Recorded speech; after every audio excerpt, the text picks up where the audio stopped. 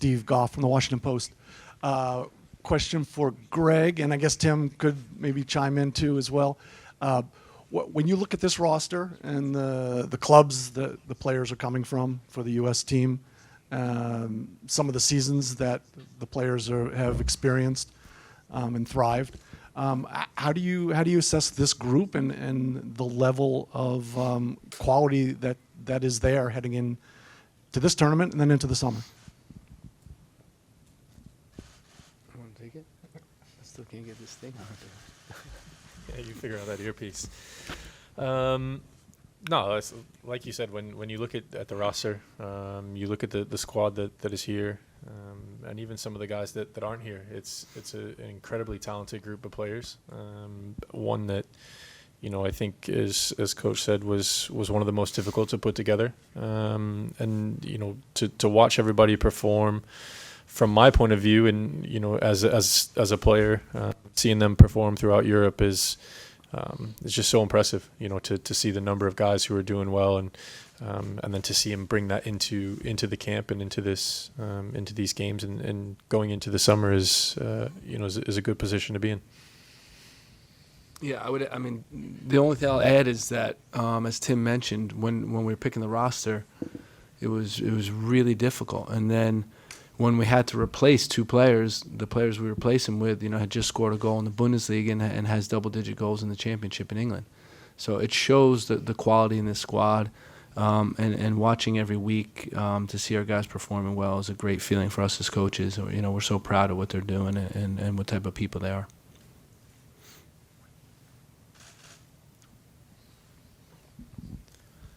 Doug McIntyre, Fox Sports. Hi, Greg. Questions for you. Talk about the depth you have. I know you're not looking past the game tomorrow, but with the tight turnaround, is there a thought that you want to try to utilize the whole roster and rotate and get fresh legs in, so you're fresh in both games? No, I'm smiling because we know how difficult these games are, and I think for us it's avoiding complacency, being focused, and doing our business, and we know how much we want to win our third title. And we're going to put everything into each game. Now is not the time to start resting on our laurels. We want to be focused, and we want to win this game and advance to the final.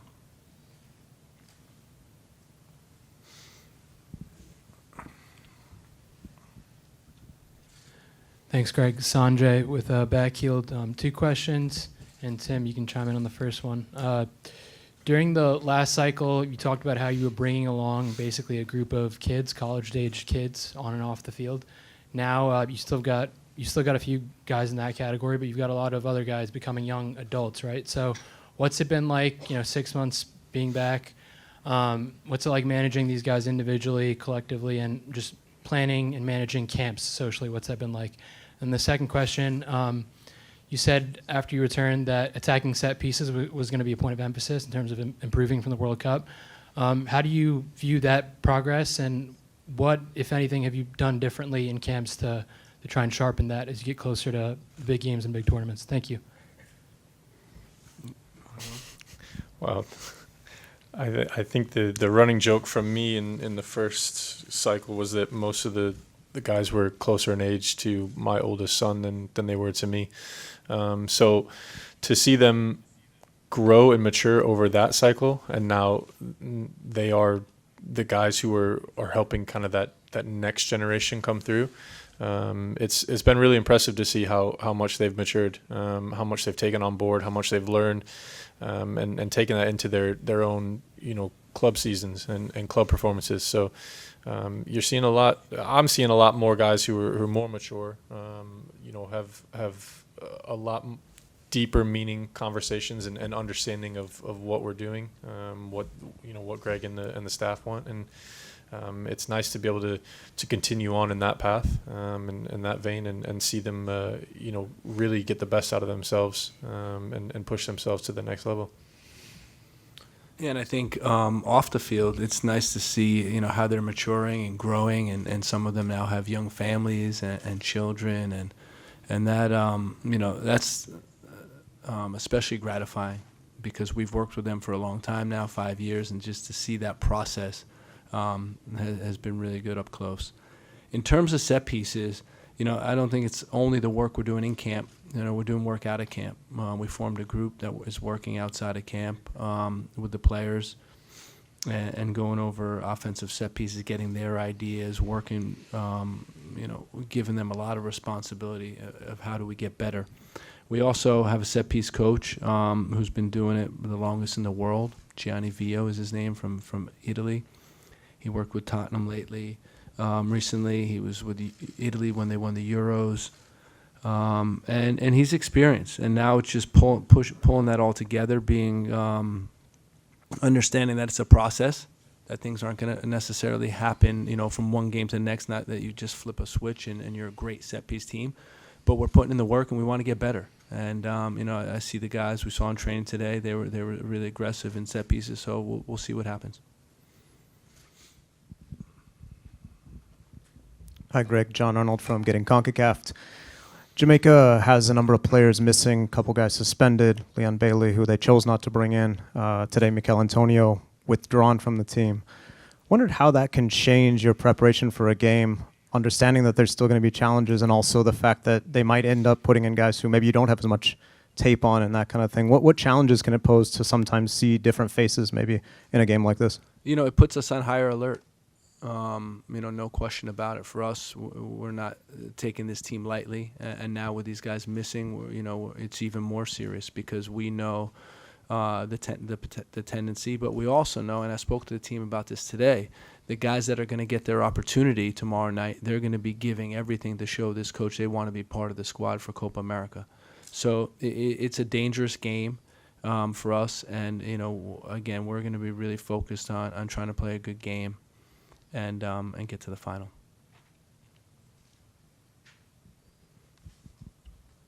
Thank you. Michele Giannone from Univision and 2DN. Hi, Greg. It's for you.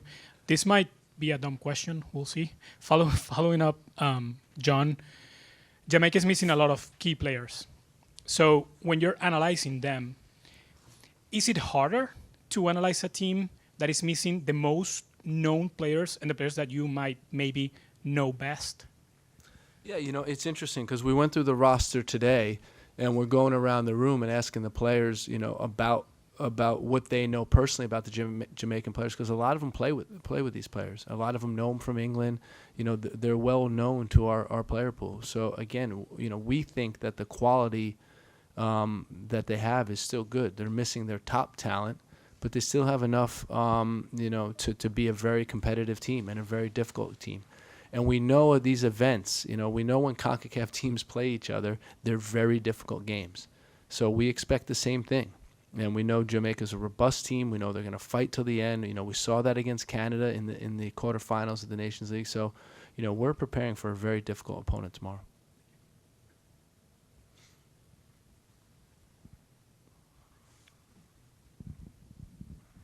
Hi, Coach. Tim Francisco Villalobos from Televisa Univision. Easy and a hard question. Who wants the easy one? Who wants the hard one? Be honest. Doesn't matter. You're the captain. You'll get the hard one. We're well trained. The United States faces a situation that has never faced at least in decades, where they're qualified for Copa America, they're qualified for the World Cup, for being the host nation, and obviously because of the way that you guys got here to the Nations League. I asked this to the coach in Mexico. How does this tournament prepares you for the next level, and from that level to the next one, where you are building up on each one? What is your plan to get from this particular project, for this particular tournament, to apply it to Copa America, and other than obviously winning the cup, like meaning tactical, mentally, etc. What say you? And the easy one for you, Mr. Tim, the United States tends to, in this part of the country, there's usually more people that are rooting for the visiting team.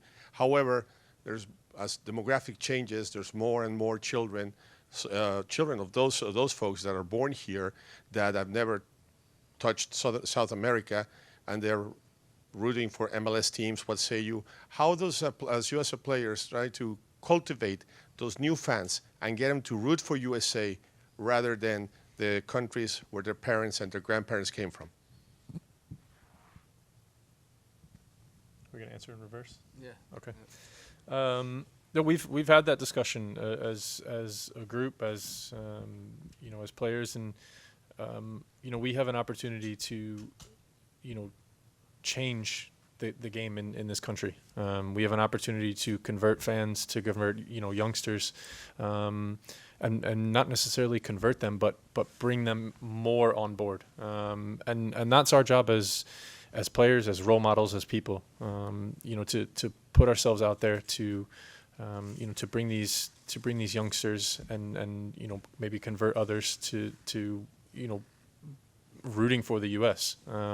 As you said, a lot of them have not set foot in South America, and they obviously know the best players in the world. They know the best players that come from South America, but their home is the U.S. And for us, we want to make sure that we're putting on good performances, that we're playing well, that we're presenting and representing ourselves, but also representing the country in a very positive way, and hopefully that that gives them a team, players, and a group that they can aspire to potentially be like, but also to really support and root for each and every time we play.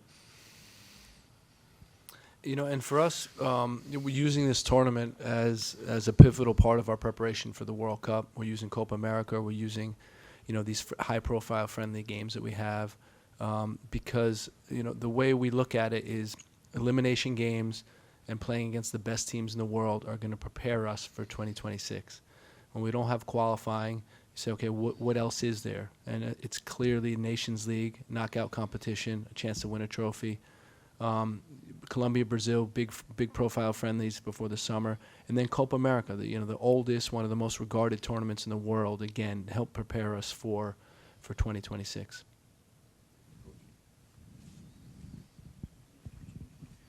Hello. Hello, Coach Carlos Nava from ESPN. Coach, how important is to win this kind of game, to continue with the development exactly for the goal that you have, 2026, and for team? In this team particularly, there are 21 guys playing in Europe. So is this talking about the development of the soccer in the United States or MLS players? So how do you view as a player these kind of national teams? Yeah, listen, we always talk about it doesn't matter where guys are playing. If they're playing at a high level, contributing at their club, and being leaders within their club, and then coming into the national team and contributing and being part of a bigger group, a brotherhood as we call it. And you look at, like you said, the 21 of us that do play in Europe. I think it does show there's a lot more development, a lot more guys who are willing to push themselves and really step out of their comfort zones, and make moves to Europe and really try to make a career out of being away from a home, and I think we're seeing and reaping the rewards of that. Guys who are wanting to make that jump, and you see it every day, every time we come into camp. Guys have developed a little bit more. They're a little bit more stronger, a little bit more developmentally. They understand the ups and downs, and I think it's again going back to saying we're inspiring a generation that comes behind us and behind them. I think it's important that we have that representation in Europe, but I think it's more important that guys are contributing each and every single day, each and every single week, getting important matches under their belt, and continuing to develop as professionals and as people. Yeah, it's of course it's a goal of ours to win the Nations League. I think it's a goal of all 4 teams involved in this tournament, and we know it's not going to be easy. We know it's a lot easier to say than actually do. But one thing I know is our guys have worked so hard throughout the year with their clubs. It's nice to get them back, and we deserve to win a trophy together. And it would be nice to get our 3rd title. We are going now with some virtual questions. Hector Lacetti. Hector? Thanks. Hector Lacetti from Car Sports. I wanted to ask both of you. Jamaica has a lot of absences right now, but they have no players in Europe, in England, in Germany, many different places. Do you think they are the second most talented national team top to bottom, the 1 to 11, maybe after the US, if they were all healthy or available? Thanks. You know, it's not really our job to assess that publicly. You know, I think that's your job. That's this group's here. They can deal with that. You know, for us, we have an opponent. We respect our opponent. We want to beat our opponent and go on to win the Nations League. You know, I'm sure Tim's familiar with a lot of the players from England, and that's the way it is. Yeah, I don't think there's any, any point in us in analyzing and saying, oh, this squad's better, that squad's better, this squad's number 1, this squad's number 4. It's, you take, and it is cliche, but you take each and every game and you analyze each and every opponent individually and collectively, as the game comes. So just because you have, a lot of guys who come from England, or, a lot of guys come from whatever league they're coming from, it's like Coach said, it's not our job to say who's better and who's worse. It's our job to go out and win games. Ronald Bloom. Hey, Greg. Another question just about the balance with Europe and MLS. I think since you've been back with the full player pool, only 2 of 66 starting spots have been MLS players, and I think just 5 in 10 games since the World Cup. Is it that the strongest U.S. players are no longer in the league and have gone to Europe? Because it's been all kinds of years, so I would think it's not just fitness levels. No, I mean, I think, again, I can't speak highly enough of Major League Soccer and its role in both setting the standard for professional leagues in North America, with the facilities, with the stadiums, with the level of competition, and then also youth development. And we've said all along, if you look at our roster, how many guys have come from MLS clubs that are currently on the roster right now. So although they may not be currently playing in Major League Soccer has a huge impact on our player pool, and always has, since its inception. So, we're grateful for the role of Major League Soccer. We work closely with all the academies, with the first teams of a lot of teams, and if a guy's good enough to break into the lineup, it doesn't matter where he plays. One last question with Andrew Jones. Thank you very much. First was great. Johnny Cardosa, how was he doing in terms of his fitness, in terms of full availability, and Haji Wright, who you brought in, as not only for his merits as a player, but him knowing his comments you see made to Joel Lesbieri and Casey Palmer. How's he been as a scout for you there? And Tim, we had a good talk with Jedi about Anthony Robinson, talking about Bobby Reed, him being one of the jovial guys in the locker room. Talk about your bond with him and whether you want to be a coach one day without analytical. You are up there with breaking it down just like Ray. Yeah, we as Greg said, we had a meeting and a lot of us were able to speak up because we've played either against or with a good number of guys who play for Jamaica, and love Bobby. I've played with him for the last 3 years now, and he's an upbeat guy, great character, and I'm sure everything that Jed said I'll just be repeating. So it's it'll be interesting to be on the other side and playing against him. But again, like I said, we played against a lot of these guys throughout the years in England, and in terms of being analytical and coaching, I'm an analytical person. I do break things down and try to look at every angle, and I don't know that coaching is in my future, but I'll never close a door before it opens. So we'll see what happens there. He'll stay involved in soccer. You can count on that. So about Haji, we're talking about that. Yeah, Haji was helpful in giving information about the 2 players that he plays with. He's looked good in training. Johnny arrived last night. We had to get him an MRI in Spain. He had to pass a fitness test today, and he will be on the final roster. And we'll just have to see how he continues to progress.